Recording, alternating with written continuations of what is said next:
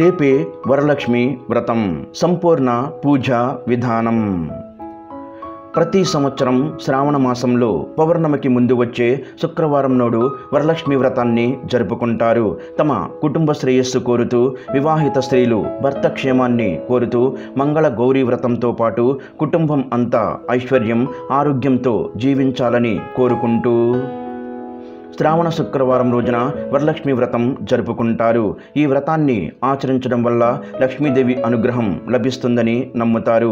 ఈ సందర్భంగా వరలక్ష్మి వ్రతం రోజున ఏ పనులు చెయ్యాలి, ఏ పనులను చెయ్యకూడదనే పూర్తి వివరాలను ఇప్పుడు మనం తెలుసుకుందాం. అలాగే ఈ వీడియో చూసే ముందు ఓం శ్రీ వరలక్ష్మి నమః అని ఒక చిన్న కామెంట్ చెయ్యండి. రేపు శ్రావణ శుక్రవారం రోజు వరలక్ష్మి వ్రతం ఏ విధంగా చేసుకోవాలి? వరలక్ష్మి వ్రతం కొత్తగా చేసుకునే వాళ్ళు కానీ ఎప్పటి నుంచో చేస్తున్న వాళ్లకు కానీ చిన్న డౌట్స్ ఉంటాయి కదా.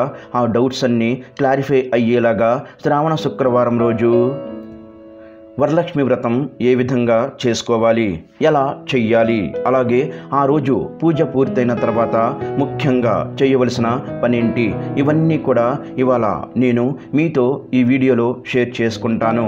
వీడియో చూసిన తర్వాత మీకు నచ్చితే తప్పకుండా వీడియోని లైక్ చేయండి, అలాగే స్కిప్ చెయ్యకండి. అప్పుడే వీడియో మీకు పూర్తిగా అర్థమవుతుంది. ఈ వ్రతం ఆచరించడానికి ముందే ఇల్లంతా శుభ్రంగా ఉంచుకోవాలి. ఎక్కడా కూడా బూజు లేకుండా నీట్గా క్లీన్ చేసుకోవాలి.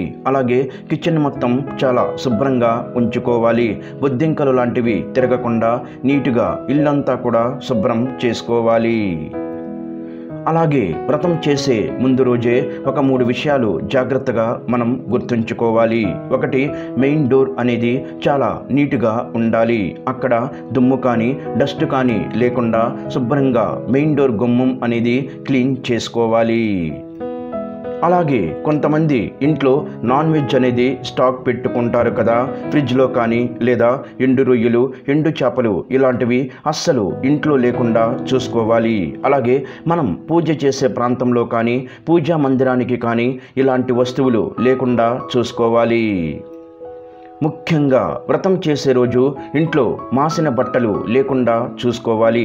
వ్రతం ఆచరించే రోజు సూర్యోదయానికంటే ముందే నిద్రలేచి తలంటు స్నానం చేసుకున్న తర్వాత గుమ్మానికి పసుపు రాసి కుంకుమ బియ్యం పిండితో బొట్లు పెట్టుకొని అష్టదళ పద్మం ముగ్గు వేసుకొని పసుపు కుంకుమ పూలతో అలంకరించుకోవాలి. ఈ వ్రతం చేసేవాళ్ళు పట్టు చీర కట్టుకుంటే చాలా మంచిది. పట్టు వస్త్రాలు శుభం అంటారు కదా. పట్టు వస్త్రాలు ధరించి మీరు నిండుగా రెడీ అయిన తర్వాతే అమ్మవారికి వ్రతం చేసుకోవాలి. తులసి కోట దగ్గర దీపారాధన చేసుకోవాలి. తరువాత మీరు నిత్య పూజ ఏ దేవుడి మందిరంలో అయితే చేసుకుంటారో అక్కడ కూడా నైవేద్యం పెట్టి దీపారాధన చేసి హారతి ఇచ్చిన తర్వాత వ్రతాన్ని ప్రారంభించుకోవాలి. ఈ వ్రతం చేసుకోవడానికి ఎలాంటి ఆనవాయితీ అక్కర్లేదు. సౌభాగ్యం కోసం చేసుకుంటున్నాం కాబట్టి పెళ్ళైన ప్రతి స్త్రీ కూడా వరలక్ష్మి వ్రతం చేసుకోవచ్చు. పెళ్లి కాని వాళ్ళు కూడా చేసుకోవచ్చు.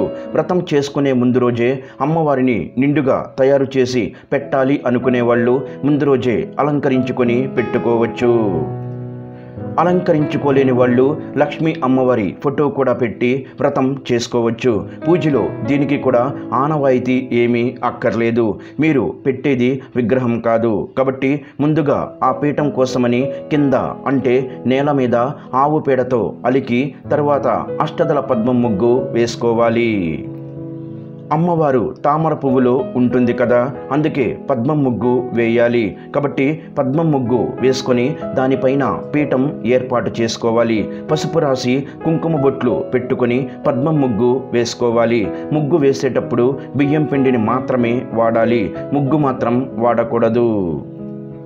అమ్మవారి ఫోటో కానీ విగ్రహాన్ని కానీ ఉంచాలి. విగ్రహం పెట్టినా డైరెక్ట్గా పెట్టకూడదు.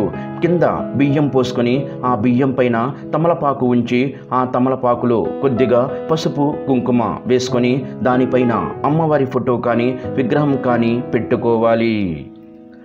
నారాయణుడి ఫోటో కానీ విగ్రహం కానీ తప్పనిసరిగా పెట్టుకొని పూజించుకోవాలి.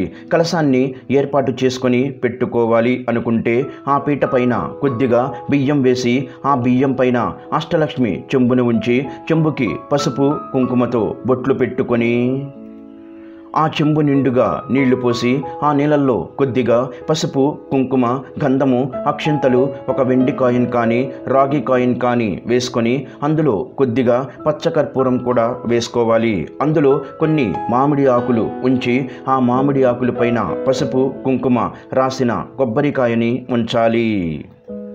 ఈ వ్రతంలో లక్ష్మీ స్వరూపంగా భావించి కొంతమంది కలశంలోనికి అమ్మవారిని ఆవాహనం చేసుకుంటారు. కొంతమంది ఫోటోకి పూజ చేస్తారు. కొంతమంది విగ్రహానికి పూజ చేస్తారు. కలశానికి కానీ మీరు పెట్టుకున్న అమ్మవారి విగ్రహానికి కానీ దేనికైనా సరే పూజ చేసుకోవచ్చు. అన్నీ సిద్ధం చేసుకొని ఒక చిన్న వినాయకుడి విగ్రహం కానీ లేదా పసుపుతో చేసిన వినాయకుడిని కానీ పూజలో ఉంచుకోవాలి. ముందుగా దీపాన్ని వెలిగించి పూజని ప్రారంభించాలి. ఈరోజు ఆవు నెయ్యితో దీపాన్ని వెలిగిస్తే చాలా మంచిది. తద్వారా మీకు సకల శుభాలు కలుగుతాయి. లక్ష్మీదేవికి ఇష్టం కాబట్టి మనం ఎన్ని ఎక్కువ దీపాలతో అమ్మవారిని పూజిస్తే ఆమె అంత సంతోషిస్తుంది. దీపాన్ని వెలిగించే ముందు తోరాన్ని రెడీ చేసుకొని సిద్ధంగా ఉంచుకోవాలి. దారం బంతిని 9 పోగులు తీసుకొని 9 ముడులు వేస్తూ ఒక్కో ముడికి ఒక్కో మంత్రం చదవాలి. వరలక్ష్మి వ్రత బుక్కులో ఉంటుంది. ఆ ఒక్కొక్క నామాన్ని చదువుతూ 9 ముళ్ళు వేసి మధ్యలో పుష్పాన్ని ఉంచి సిద్ధం చేసుకోవాలి. ఈ తోరము మీరు పూజలో కూర్చొని వ్రతం చేసుకునే వాళ్ళు కట్టుకోవాలి. అలాగే మీరు ఎంతమందికైతే వాయినం ఇస్తున్నామో అంతమందికి కూడా ఈ తోరము రెడీ చేసి అమ్మవారి దగ్గర ఉంచాలి. వ్రతకల్ప బుక్కులో మీకు తోర పూజ అని వస్తుంది కదా, అప్పుడు ఆ తోరానికి పూజ చేసి ముందుగా వ్రతం చేసేవాళ్ళు తోరము కట్టుకొని తరువాత చివరిలో వాయినం ఇచ్చే వాళ్ళకి కట్టాలి. ఇలా పూజని ప్రారంభించి లక్ష్మీనారాయణ గారిని కూడా ఆవాహనం చేసుకున్న తర్వాత పంచామృతంతో అభిషేకం చేసుకోవాలి. ఒకవేళ విగ్రహాలు లేనట్లయితే పంచామృతం స్నానం సమర్పయామి అని ఉత్తరణితో నీళ్లు చూపించి పక్కన ప్లేట్లో వదిలిపెట్టాలి. అభిషేకం చేసిన విగ్రహాలను ఒక తెల్లని వస్త్రంతో శుభ్రంగా తుడిచిన తర్వాత పసుపు కుంకుమ గంధంతో అలంకరించుకొని మన దగ్గర ఉన్న జ్యువెలరీ ఏదైనా సరే వేసుకోవచ్చు. గోల్డ్ అయినా సరే పర్వాలేదు. పసుపు నీళ్ళలో శుద్ధి చేసుకొని అమ్మవారికి ధరించాలి. ఈ ఆభరణాలన్నీ కలశానికి వేసి పూజ చేసుకోవచ్చు. అమ్మవారికి ఇలా పక్కన ఒక వెదురు బుట్టలో దాని నిండా పువ్వులు పెడితే చాలా ఇష్టం.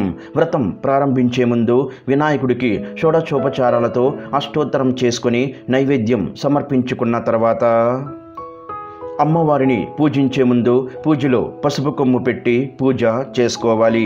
అభిషేకం చేస్తున్నట్లుగా ఉండే ఏనుగు విగ్రహాలు ఉన్నట్లయితే అమ్మవారి ముందు ఉంచి పూజ చేసుకోవచ్చు. అమ్మవారి కంటే ముందుగా నారాయణుడికి పూజ చేసుకోవాలి. అక్షింతలు పూలతో కానీ నారాయణుడి అష్టోత్తరం చేసుకున్న తర్వాత అమ్మవారికి అష్టోత్తరం చేసుకోవాలి. అమ్మవారికి ఎర్రని పూలు కానీ సువాసన వచ్చే జాజి పూలు మల్లెపూలు లేదా ఎర్రని అక్షింతలు వీటిలో ఏదైనా సరే అమ్మవారికి అష్టోత్తరంలో వాడుకోవచ్చు.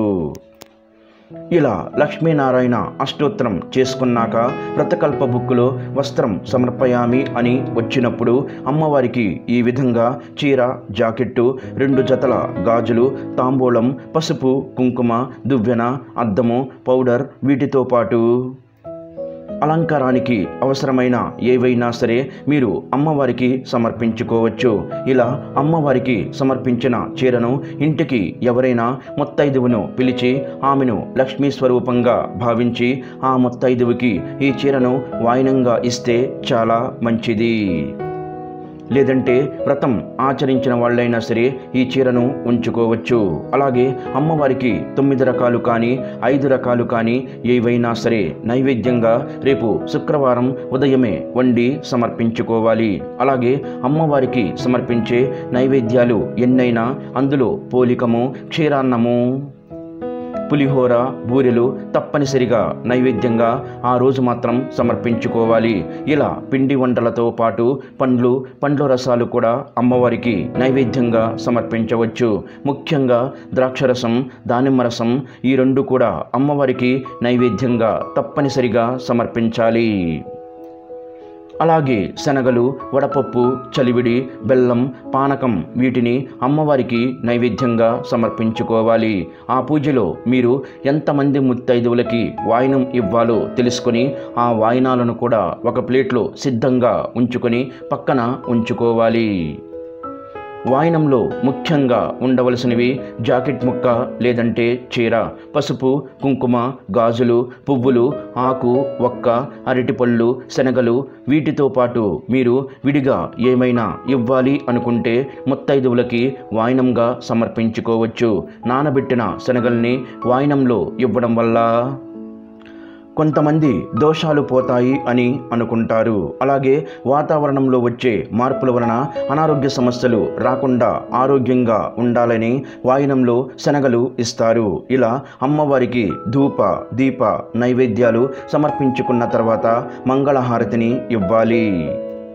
ఈ వ్రతాన్ని ఉపవాసం ఉండి ఆచరించాలి. వ్రతం చేసిన రోజు కూడా ఉపవాసం ఉండాలి. అంటే ఒంటిపూట భోజనం చేసుకోవాలి. ఉదయం, రాత్రికి టిఫిన్ లాంటిది ఏదైనా తినొచ్చు. వ్రతం చేసిన రోజు మంచం పైన పడుకోకూడదు, నేలపైనే పడుకోవాలి. బ్రహ్మచర్యం పాటించాలి. ఇలా అమ్మవారి పూజ మొత్తం పూర్తి చేసుకున్న తర్వాత ఒక్క ముత్తైదుకైనా సరే వాయినం ఇచ్చి భర్త కాళ్ళకి నమస్కరించి ఆశీర్వాదం తీసుకున్న తర్వాత మీరు ఉపవాసం చెల్లించాలి. అప్పుడు భోజనం చెయ్యాలి. మిగిలిన వాయినాలు తరువాత సాయంత్రం అయినా ఇవ్వవచ్చు. ఇంటికి వచ్చిన ముత్తైదువుని కూర్చోబెట్టి కాళ్లకు పసుపు రాసి గంధము, కుంకుమ పెట్టిన తర్వాత ఇస్తినమ్మ వాయినం అని వాయినం సమర్పించుకోవాలి. ఈ వీడియో మొత్తం వరలక్ష్మి వ్రతం రోజు అమ్మవారికి చేసుకునే సంపూర్ణ పూజా విధానం మీ అందరికీ అర్థమయ్యేలాగా చెప్పాను అని అనుకుంటున్నాను.